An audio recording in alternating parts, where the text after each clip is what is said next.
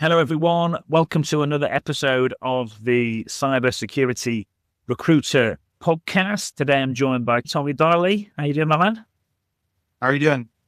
Good, mate. Good. We've been having a very flashy, flamboyant conversation for everyone listening about hotspots in Miami and Dubai. You sound like we have a lot more money than we do. Yeah, we're trying now, mate, aren't we? We're heading in the right direction. The compound effect should hopefully kick in over the next few years. At least that's what we're banking on anyway. That's the word. It's cool, mate, but I'm looking forward to it, mate. I know I was just saying to you before, but for everyone listening, I was in one virtual chat room. Tommy, you were in another, and I was good. I thought, oh, no, maybe an incident occurred, or maybe you couldn't make it. But then I'm pleased you're here, mate, because I am looking forward to it. You've got an interesting journey, and I know from speaking to my network who listen to the podcast, people that have made that transition into the business world and gone on the journey, people are fascinated by it, and a lot of people are thinking about going on your journey. So I'm looking forward to it today. It'll be good. Yeah, I'm excited. And for those people that are thinking about it, what are you thinking? I know. Do you know what? I can remember. I've gone out on my own now, but before I did, I said to Jason from Spectre Ops, is it as scary as it looks, or is it as bad as it looks? And he went, it's fucking worse, mate. I think if I know what I know now, I wouldn't have bought you. Like, obviously, he's joking. It's a huge amount of entrepreneurs that have been wildly successful. If you knew what you knew now, you would have done it. And most of them say now. The main thing is you have ambiguity in your job day to day, and just times that by 20. The decisions that you make are so much harder with less information, and definitely have to pick up. You have to be willing to learn, because there's a lot of skills, especially as a cybersecurity leader, like learning sales and stuff like that. It's not intuitive, and sometimes it's not natural to you, but you have to learn these skills to be successful. So it's been fun in that way. Yeah, you did. I just find you need so much. For me personally, in my business, I need so much energy all the time. I know we were talking about going out for dinners and drinks and stuff just before we hit record, but I've had to really pull back, really focus on getting the right amount of sleep, really minimize the alcohol, because I don't know if it's my age, Tommy, but I just can't do it. I need bags of energy to make this business successful and get it to where I want to get to. And I love beer as well, by the way. I love a pint of lager, and I've had to really just put it all away because I just need so much energy for this all the time. It's getting a schedule. You hear about all these successful entrepreneurs, Jeff Bezos, Elon, and you hear them talk about, hey, at 4 a.m. I get up and I work out for an hour. And then from 5 to 5:30, I take a shower. And from 5:30 to 6, I eat this, right? And I play with my kids for 1 hour. And you're like, that's just bonkers. But then when you get into those roles to where you're so time constrained and you really have to prioritize what's important to you, you're forced to do that. And I think what happens is that these things, drinking beers and so forth like that, you just get squeezed out. It just becomes not worth it. Listen, I love a beer, but is it worth that 4 or 5 hours of fun for that? Just absolutely, you're stressed out your mind for 3 or 4 days after because you're struggling to keep pace with the workload. It's just not worth it, mate, is it? Yeah. As my dad said, your liver ages also. Your dad's correct, mate. He's right. But I'm just going to do you a bit of an intro for the folks listening that don't know who you are, but you've been in the game for a long time. You progressed really nice at PeopleNet, got promoted multiple times, management positions, director positions, CIO positions. You're at Bullhorn, which anyone in recruitment will know really well. It's one of the most famous CRM systems for recruiters. Again, you progressed really well there. Director of Global Security, VP of Global Security, and SVP of Global Security and Information Productivity. You were then a CIO at BetterCloud, and you are currently the CTO, president, and co-founder of Amplifier Security. So yeah, welcome to the show. Thank you. Yeah, cool. Awesome. I've done you a bit of an intro there. I know we've talked about a day in the life a little bit. Where I always start is, who's Tommy? What do you get up to? What's a day in the life like for you these days, mate? Yeah, from obviously as a founder of a small company, you wear a lot of hats. Really, you end up doing a lot of the work that no one else wants to do. But my primary role is, hey, I hire smart people. I just make sure that they can be as productive as they possibly can and trust them to do what they do. Right? So I'm establishing the vision. I'm communicating that vision to the employees. And then I'm basically making sure that they have everything they need to achieve that. Additionally, I have to obviously do a lot of go-to-market and sales with the company being a founder. And that is the part that is pretty new for me personally, going in and starting your own company. Sales didn't come natural to me. I'm still learning. I found out they should call it finding, not selling. right? It's about finding the customers that have the problem that you're solving, right? And I'm just learning to use the ears more than the mouth and not feel like you have to prove that you're the smartest person in the room and really listen to people is stuff that I struggled with. But it's a journey. I'm learning. I'm getting better at it.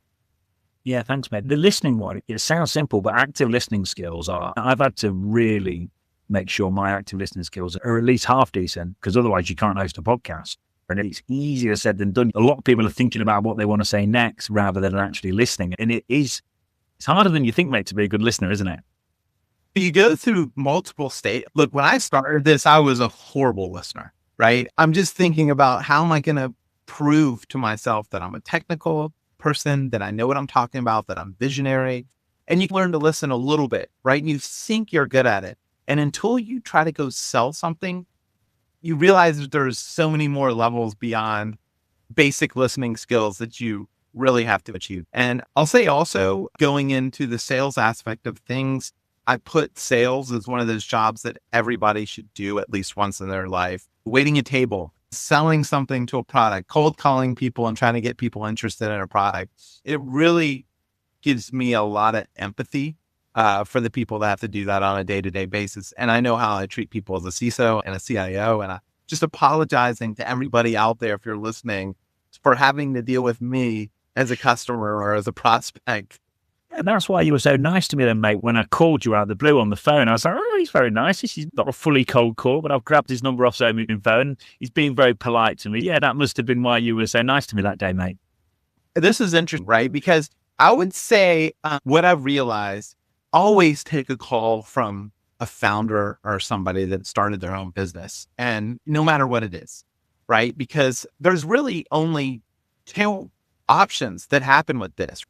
Number one, you make a connection with an early stage founder, that company blows up and you have a connection with somebody that is an iconic figure that has a lot of influence in the industry, right? That's the best case scenario. The worst case scenario is it fails. I go get a job at another large company as a CISO or a CIO. And guess what? You have another connection into a larger company, right? So it always makes sense to me. And it's your chance as a practitioner to network with high caliber people that are trying to make things happen, right? And calling people and they're just like, hey, I don't have time for this, or no, why do I want to talk to you? I don't understand that. And as I've gone through this, I realize that the people that really make it are the people that take those calls, build those networks. And guess what? You never know what's going to happen. Yeah, it's so true, mate. The world is at the minute, there's a lot of uncertainty, and like I sometimes feel like things are great and then things are bad, and then tariffs come on or something. A lot of stuff happens in the world at the minute. And one thing that does happen though is those relationships do carry you through. If you've got them, if you're just reaching out to people when you need them, or you're being a little bit reactive on that side of things, I think that's where people can land themselves in trouble. But if you do like what you've just said, it's a slightly longer term approach. But whether it's a job search, whether you're in business, whether you're trying to, whatever it is, if you take that attitude you just described, we have a saying in recruitment, your net worth is your network. And it's what you've just said there. It's so true. Absolutely. Yeah, it is, mate. You just said something before. You were talking about listening, and you were talking about you have to always feel like you prove yourself, then you maybe realize you didn't, you just got to listen. And I can really relate to that. I can remember when I first started recruitment, I was like, if I met someone like you for the first time, I'd be like, oh God, he's got his own company. And I'd be like constantly trying to like maybe throw in some technical words unnecessarily to make you think I was technical. And in the end, I was like, no, you just need to listen, prove you've listened. And that goes for a lot. And the amount of times I've got off a call where I've just listened really well, and the client has almost gone, oh yeah, I'm really pleased with everything. And I've hardly said anything. I've just listened really well. And that took me a long time to learn. And I wish I'd known that earlier. But if you can listen well and prove you've listened and demonstrate that, yeah, people seem to appreciate that. One thing too that I always coach people on, because as you're moving up through the ranks early in your career, it's important to be technical, right? And it's important that you have those tech chops. But when you're communicating to a wider audience, especially outside of your department, it's the technical piece and the expertise will come across in normal conversation. People will get that without you having to lay it out there in their face.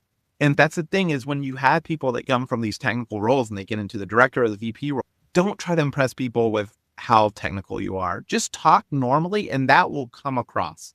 That will come across and people will understand and they'll give you the benefit of the doubt because you're VP. But if you start doing that, the people are going to turn off their ears and they're going to feel like you're not listening to them because you're talking about something that you know that they're not going to understand.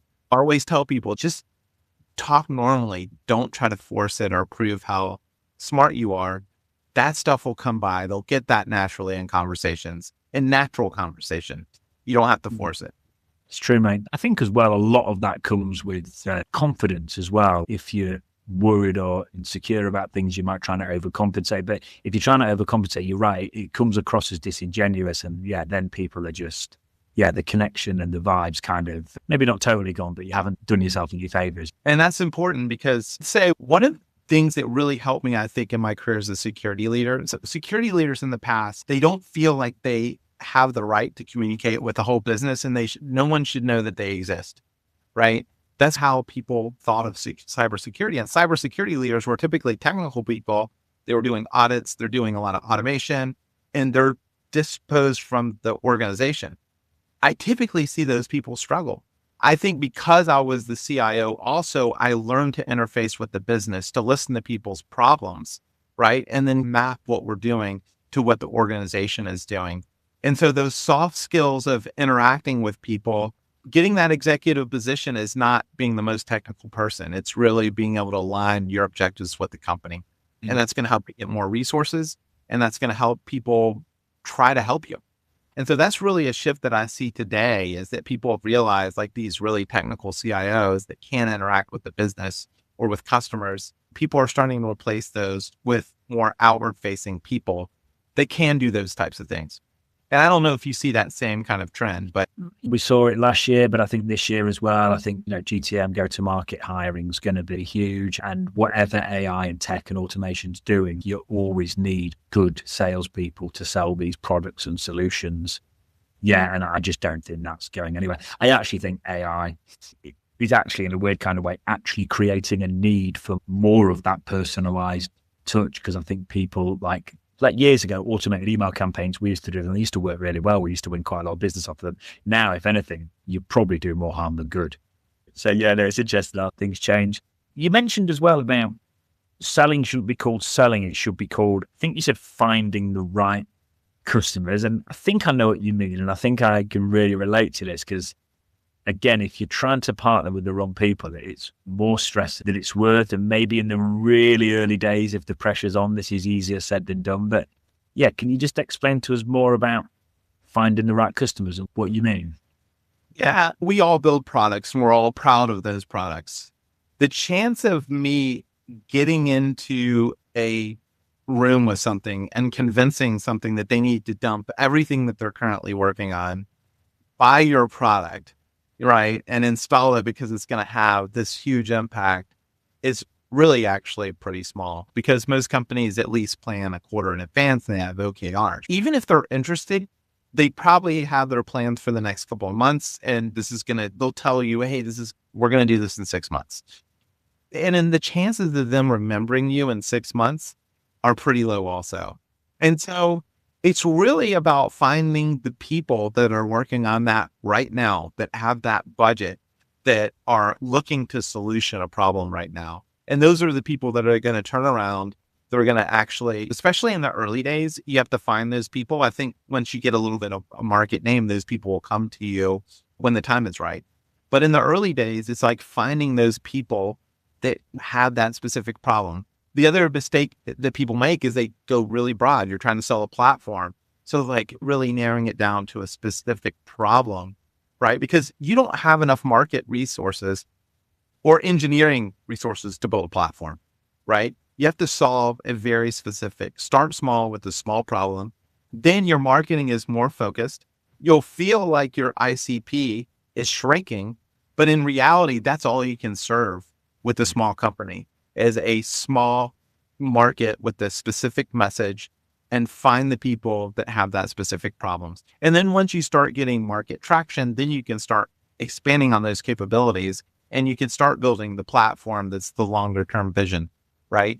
And so that's, to me, was a hard lesson for us, was go very narrow with the product. Even though it can do all these capabilities, you don't have to talk about those in a sales call, right? What is the problem that we solve the best, better than anybody else? Go market that. When you talk to those people, only talk about that and find people that have the urgency of budget. And that's what's going to start generating faster sales cycles. And you're not going to waste money just spraying the market with marketing messages that's not going to necessarily resonate.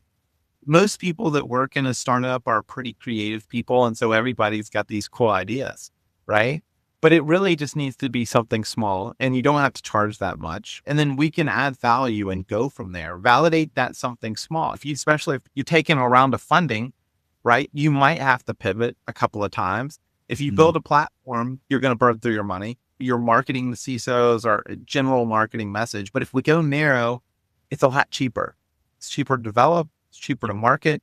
The sales calls are going to be more directed to a specific problem. So you're not taking a bunch of sales calls that are going to go nowhere, and the sales cycles are going to be lower. And if you do it small and it doesn't work, then you can more easily pivot into something else until you start seeing traction of that product market fit. And then once you have that, you pour gasoline on it, right? And obviously start scaling out the capabilities that you need to run the business. That's the thing I see. People have these great ideas, but they're just so big. I'm like, yeah, you wouldn't need $100 million to do that. You're going to raise 3 to 5, right?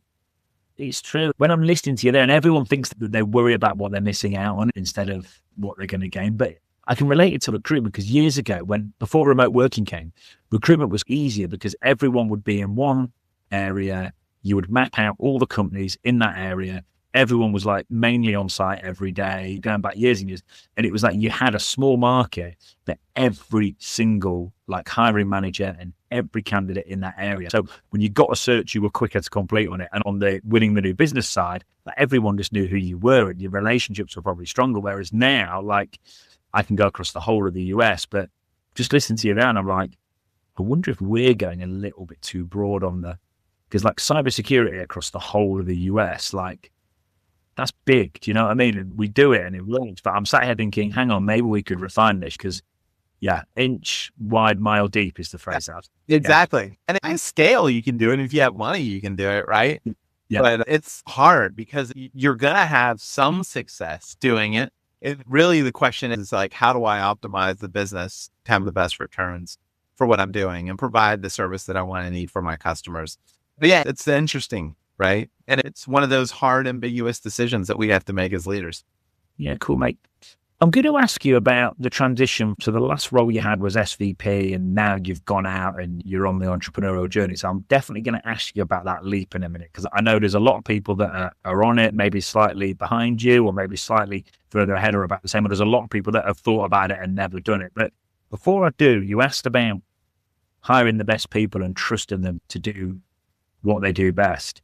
This is a bit of a question for me as well as the audience, but like, how's that going? Because that's something I've struggled with. I've kept my team really small and like, I've got relationships that have taken me a long time to build and it's so hard to let go of things. Like, how have you found it? Yeah, I've been really good at hiring the right people. And I honestly wish I could tell you, I really go by intuition. One thing I really search out for is people that can deal with a lot of ambiguity. Right? Because especially with the smaller team, you don't have time for oversight, right? So finding people in a small team that can take very ambiguous information, try to pull in as much information as they can, make quick decisions with resolve. And it might not be the perfect decision, but if we do it with resolve, we're going to be pretty successful. And so those are the types of people that I'm looking for. I also look for people that can tie their work to a vision, right? Hey, the vision is X. What kind of things that are you going to do that? And tying our work and the communications to this vision. So if you have people that can deal with ambiguity, if you have people that can take a vision and expand what they need to do without being told on what it takes to be able to achieve that vision. And then the other thing I look for is just data-driven decision-making, that we're going to measure it and then we're going to be able to figure out what's working and not. So that way you're not stuck doing the same thing a long time. You can iterate a lot quicker. Like you can see trend when things are working and when things are not. If you have those three qualities, usually they're going to come in and they're going to surprise you because You're going to give them a little direction. They're going to self-start and go do their things. They're going to make it measurable. It's going to be tied to your vision. And as long as it's tied to their vision, you can let them run, right? They're going to have different ideas than you thought, but you going over the top of them and saying, no, let's don't do it that way. Let's do it my way. You can't do that, especially as smart people. Make them feel like they own it. The worst quality as a leader, I've seen leaders, people come to them with ideas like, yeah, we thought about that 6 months ago and we didn't decide to do it, but I always like the idea. Maybe we'll try it again. I had a boss, the CEO of BetterCloud, David Politis. He's got an awesome podcast. It's Not Another CEO podcast. I pitched him an idea and it was like he's never heard it before and he was so excited. And we did this thing. And then years later, I was looking at some documentation and they had talked about it like a year ago. But he made me feel like it was my idea. Right? And that's motivating because I could own it. And I thought that was so cool. So, yeah. Yeah, he sounds like he's got very good people skills, that chap. Okay. Right. Absolutely. Yeah, we'll put his podcast in the show notes. Going back to you said about people that can deal with a lot of ambiguity, we see that with smaller companies all the time. Like people need good critical thinking skills, good project management skills. They really need to be able to handle it because in that kind of startup world, if you haven't got all that, I find if people have come from like large internal roles where there's a lot of departmental structure and things are heavily siloed off, if you throw them into a startup environment, it never tends to end well. Yeah. Now, priorities change too quickly. Yeah. You have to have the right amount, right? You still have to be organized, but you have to validate priorities weekly in a startup, right? But you still have to have a plan and an execution plan. You still have to hold people accountable. It's really tough. In my career, it's been an adjustment. PeopleNet, my first company. So Bullhorn actually bought PeopleNet. I don't know if you get that from my profile, but PeopleNet was a time and attendance company. Bullhorn was an applicant tracking system, and we both serviced the temporary labor market. And so Bullhorn bought that, and I was brought into Bullhorn. And it's interesting, right? Just the structure, the right amount of structure at the right time makes all the difference from an operational standpoint and how you do it. So you're seeing what you're seeing now, Tommy, with your business and the stuff, and then you've also seen what it's like when you've really got to get that structure in and really go for scale. Bullhorn bought us and they were growing by acquisition. And I was part of a company called PeopleNet. They basically pulled us in and I lost all my employees. I think they made me like a senior manager, but I took over the cybersecurity practice and then was able to execute on process, put structure in with how we execute and loop in the rest of the company, driven by metrics, driven by, hey, this is how we're aligning with company culture. And so I took over IT, I took over business systems, took over a bunch of departments, but it was totally different, right? Especially in a medium to big size company. When you become a VP, you're really working outside your department. That's one thing I think a lot of people don't understand. When you're an individual contributor, it's all about technology. It's all about what you can do. When you become a manager, you lose a little bit of the control of what you can do, but people directly report to you, but you're still working within your department. When you become a director, you're managing multiple levels, right? But your job is to start interacting with the business and making sure that we're aligning operational plans with other departments that you really have to learn cross-functional. When you're a VP, it's all about working external to your department. You barely are in charge of the operational people. You should have people that do that, right? They need to report metrics up to you, but you have to start interacting with people outside of the organization until you're a C-level, and then you're primarily externally. You're trying to influence the industry, or you're trying to work with, that's why Bezos is in Washington, D.C. every week, right? He's trying to influence policy and make sure that antitrust laws are not applied to his companies. But yeah, a bigger company, definitely, it's really important to have the right amount of structure and make sure you're operating at the right level. When you're at a small company, it's all on you, right? You have to do all the things. And that's why you're just never going to have time to manage directly your employees and that they have to deal with that ambiguity. It's interesting listening to you talk. I know from working VP searches how much the VP is involved with the P&L, how much the VP is often involved with the end of the sales life cycle when stuff's going over the line. And I bet people listening, if they're ICs at the minute, even if they're senior ICs like principal security engineer, and they've got aspirations to get up to director or VP level, when people say that to me, I'm always like, look, are you sure?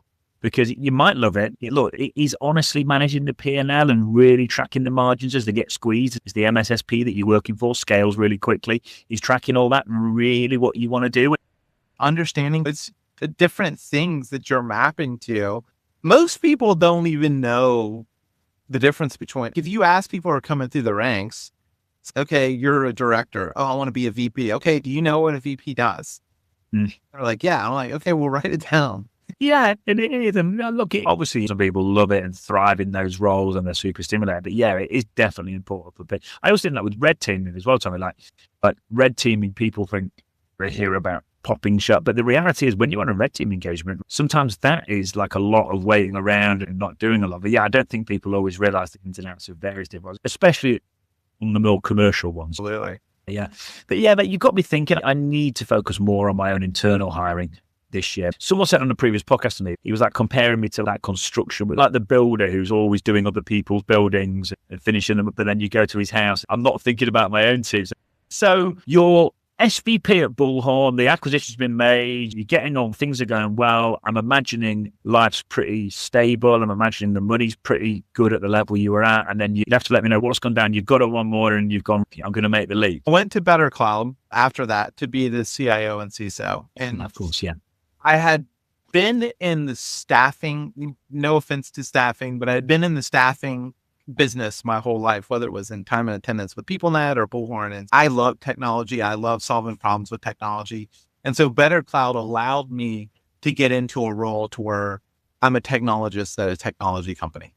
So then I'm not selling to the payroll people and these people, I'm selling to people that are like me. And I thought that was really motivating. And then from there, took over. I started with cybersecurity. I took over IT. I took over business systems. I took over the SRE team for a short stint. And then I took over customer support, which was interesting. And when we sold that company, it exposed me to how you raise money because I was more involved with the process of raising money, the due diligence, and made connections with people in the industry that were in the VC space and had invested in BetterCloud. And it really opened my eyes. If I'm going to go start a business, it's not that hard to go get funding, especially with being the experience that I had. The first raise that we did, it really only took a couple months. It took 2 months. And then we raised a pre-seed. That was like $3.3 million.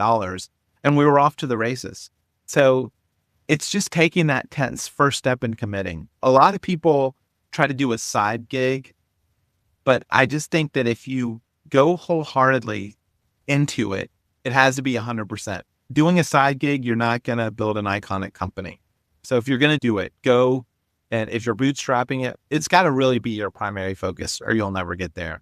And that's where you see a lot of people, they try it as a side gig, but if you're not thinking about it 24/7, if you're not feeling the pain of, if I don't make this work, I might not get paid, it's never going to be. If that was the case, then everybody would have companies, right? Yeah. You really have to go all in my opinion. And going all in, you're probably smart enough to build the business. You can't think of every problem that you're going to run into. You just have to trust you're smart enough to figure out those problems as they come along. And you just treat them like any other business problem. You do, mate. I think as well, it's almost back to what we were talking about like 10 minutes ago about staying focused and staying specialized and staying niche. I find as well, I don't know if you find this, like I find little other opportunities come my way and people are like, oh, we could do that and we could sell this. And I'm like, yeah, we could, but then we'd probably just dilute what we're already doing. And I think it's like what you're saying. I find that you do get other opportunities and I see other opportunities all the time, but I have to be disciplined because I've seen that with people before. Their head's just spinning and they're trying to do everything at once. And I don't think it maybe works later in the line, not early on. Yeah, and big companies do that too. I've seen B2B companies try to go and become B2C companies. And like being a B2C company is a totally different culture. It's a totally different product. You're selling to individuals have different personality types. That's like our product. We're dealing with individuals and you're dealing with different personality types. And to be able to effectively communicate and build an application for each one of those types of people that resonate, it's just a totally different business. And so just a lot of times in business, I think things that look like they're 1 degree off end up being a lot bigger than people think. And Bullhorn, they bought us a time and attendance company. We're in the time and attendance. We're in the temporary staffing space. They bought us. But I don't think once they bought us, they're like, oh, wow, we have a warehouse where we manufacture time clocks. We're not just developing software. We actually are assembling things and we're dealing with supply chain issues. And we rent these things out. And so the financial systems all have to be changed. And we have to have strict inventory controls in place. And we're dealing with rentals and the taxes around rentals. And it just 1 or 2 degrees difference. It can be a completely different business. Yeah, there is. And I think there's a lot of nuance to different industries as well that you only get to learn with experience, and it can make a massive. Yeah, I'm sure that for you, that recruiting a CEO and recruiting a cybersecurity leader are a completely different business. It's like doing the same thing, but it's totally different. I think as you get up the latter stages, you have to have been around for a bit and you have to have those conversations. Yeah, I think the key where you have to have commercial awareness and you have to understand the business model. I think all that kind of stuff just only really comes with time. Yeah, absolutely. Tommy, you said something before, and if I don't ask you, people listening will be like, God, why didn't you ask him? So you were like, yeah, went out, just raising money's easy, just raise 3.3 mil, bang, done. People will be like, what? Like, how the hell does he do that? So for people listening that have never raised any funds before, how'd you do it, mate? Yeah, typically first of all, you have an idea and we go and start talking to as many people in the industry as we can. And everybody says, don't talk to anybody. They're going to steal your idea. But we talk to everybody that we can. And we were able to get people to sign up as design partners to where we have 5 or 6 companies that were like, hey, if you build this, then we'll agree to work with you to build it and we'll install it and try it out. And if everything works, then we'll actually buy the product. So we had a bunch of different logos of just people that were interested in buying the product. We also talked to a lot of bit larger companies that had built a solution like ours internally, right? And like we talked to Slack and we talked to Netflix and we talked to some other larger companies that had built something like this. And they would have bought ours, but there wasn't a product out there in the market. One of the persons we talked to was Cal Henderson at Slack. He actually ended up being an investor for us. So once we got this validation of the idea and we built the team, then we basically put a presentation, and we were lucky to have a lot of contacts into VCs. I think that was like our unfair advantages because my co-founder, Shreyas, he had been part of the raising process and he's in San Francisco, boots on the ground. So we had a huge network of VCs that we could go talk to. So we just started shopping our idea around, and they're really not buying the idea. They're buying the team. The idea is going to change over time. You're going to have to pivot, right? And so it's really about selling yourself, selling your vision, selling a problem that resonates with people, that they feel there's a gap in the market, right? And that's what we did. And so we started building the product. We had a group of design partners, and then we just started building the functionality. And then you try to convert those design partners into paying customers, right? And you're going to get some traction. And then once you get that traction, you get up to the $300,000-$400,000 range, then you can go raise another seed round, which then you're going to hopefully build out your go-to-market and build the capability, sales and marketing and all those things. But before that, it's all founder-led, boots on the ground sales, leveraging your network, doing things that aren't going to scale. Oh, this is what I want. Okay, we'll build that for you. Sign a contract. We'll build that for you. Conversations. So yeah, that's what it is, right? Is doing that. I would say just a real knowledge of the target customer group that you're going to go to, your ICP, right? Basically doing a competitive analysis of what's out there and how you're different. But all those things help. They just have to feel like you're not evaluating. I feel like they're somewhat evaluating your idea, but for the most part, I think they're just evaluating you as an individual to decide. Mm-hmm. And it's interesting because there's 2 kind of companies. You're building a better mousetrap, right? Which is like you're building another version of this that's slightly better, or you're building something completely new. And both of those kind of avenues of like completely new versus a better mousetrap, they both have their caveats. And hey, why would people buy you as opposed to Okta? Or why would people buy you as opposed to CrowdStrike, right? How are you going to compete with them? They have so much more money. They have budget. They have this, they have that. And then if you go to something new, it's why is this going to be somebody's top 3 initiatives? Why is this a vitamin or is this a pain pill? So any way that you're building the company, you're going to have to answer some pretty tough challenges around where do you fit in? One thing, there's like a little pattern that I can see maybe emerges with you. It's like you talked then about you went to see larger firms that were further on in their business journey and you asked them what they thought and you got advice and you got feedback and stuff like that.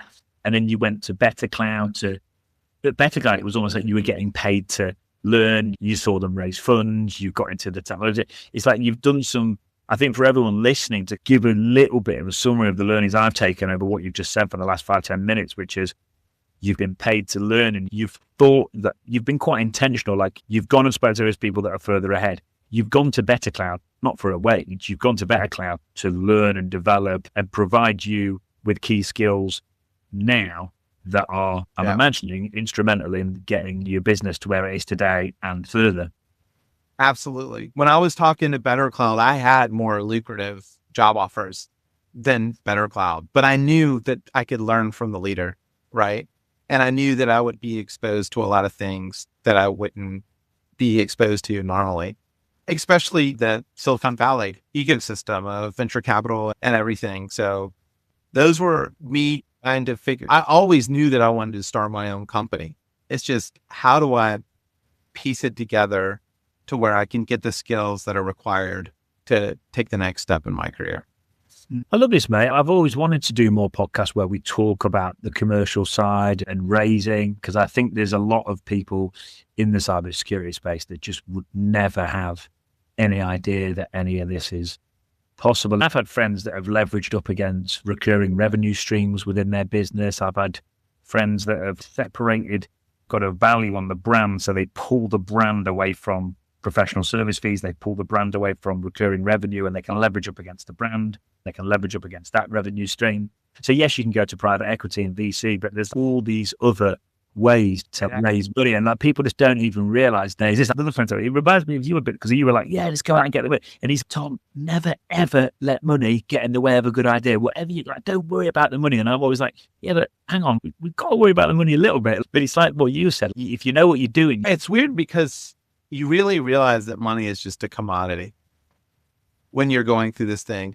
And raising money, like everybody uses these safe notes. If that's the vehicle that people give you money. And it takes a lot of the pain points and legal pain points of how you value. You're not actually putting a value on the company per se, right? It's a future promise for a stake in the company. And that makes it it's standardized. Now you can go to Clerky, and what I would say if you're starting a company is there's a way to do it. That's the standard way to do it now, right? You don't have to hire a bunch of lawyers and do a bunch of things. You can go to a website called Clerky, and it sets it up exactly how investors want to do it. There's a Y Combinator safe note, which every investor knows how this vehicle works, right? And so it's standardized, right? And money is a commodity. If you're raising money, you might have multiple offers and so forth. Then it's interesting, like why Silicon Valley is Silicon Valley. I tried to do everything in Atlanta because it's my hometown. And it's like, people are like, hey, I'll give you this money with these provisions. And Silicon Valley is giving you such a better deal. And they're like, why wouldn't I go there? Because the money is so much cheaper. And VCs will try to tell you that, hey, one firm is better than another. But in reality, mostly what they're doing is they're providing the capital to start the business. I've been lucky. Our investors actually are very helpful. But I think that from talks with other founders, that's not the norm.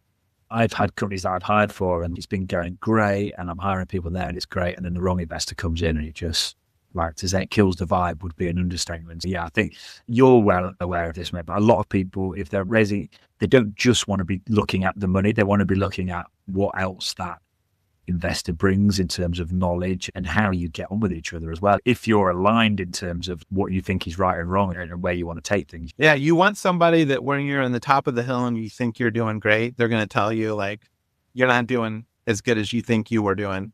And when you're at the bottom of the hill and you think everything's falling apart, you want to tell them it's not bad as you.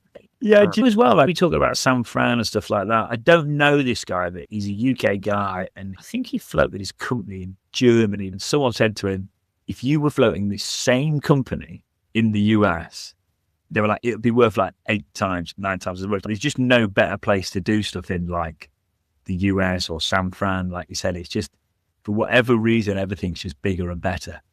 But yeah, I was pretty shocked that, hey, we have an idea on like Google Slides and somebody's going to give us an $8 million evaluation for that. It's bonkers to think about it that way, but that's what happens. And you'll set out goals. And then if you meet those goals, the next round is usually anywhere from 15 to 20, your C round. So it's not nearly as hard as people think it is. And you can go to Y Combinator and they have just like a lot of videos that'll tell you the ins and outs those vehicles and how they work. Yeah, thanks, mate. It is interesting. Yeah, like I said, people just wouldn't realize. Good, mate. You're making me want to go to San Fran now. It's coming back. I will say that. Everybody talks about California, but San Francisco, especially after COVID, it was different. But I would say in the last year, it really seems to be coming back. It's more lively. There's a lot more young people. Cool again. Yeah, you're right, mate. After COVID, loads of people. Where do you think? Texas? I think a lot of people moved to. Texas and Florida are still, yeah.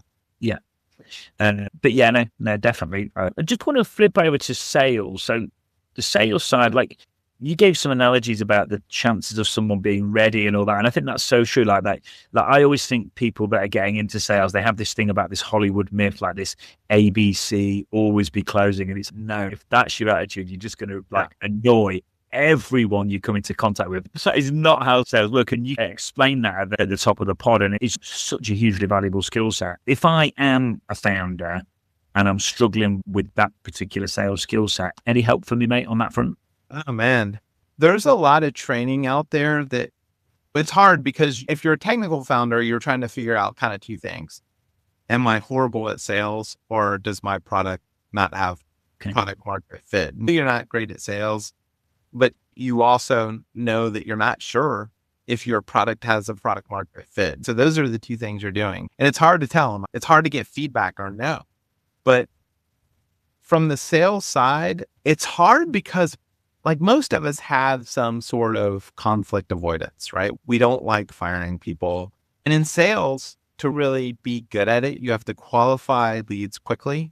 There's a guy at our venture firm that I hang out with. He says, kill them or cure them. And you have to almost have an uncomfortable conversation with people to say, is this real? Hey, trying to sell them and you're trying to be nice, but you have to have the difficult conversation with them or else the deal will just keep on floating on and you're not sure if it's real or not. Do you have budget for this? Those types of questions of, does this solve your problem? Yes or no? Do you have budget for this? Is it appropriate for me to put a deal in front of you? Because we're a business, right? And I'm in the business of selling. And those conversations, a lot of people, especially as tech people, you're somewhat trying to avoid with people. You don't like the conflict. You don't want to put people on the spot.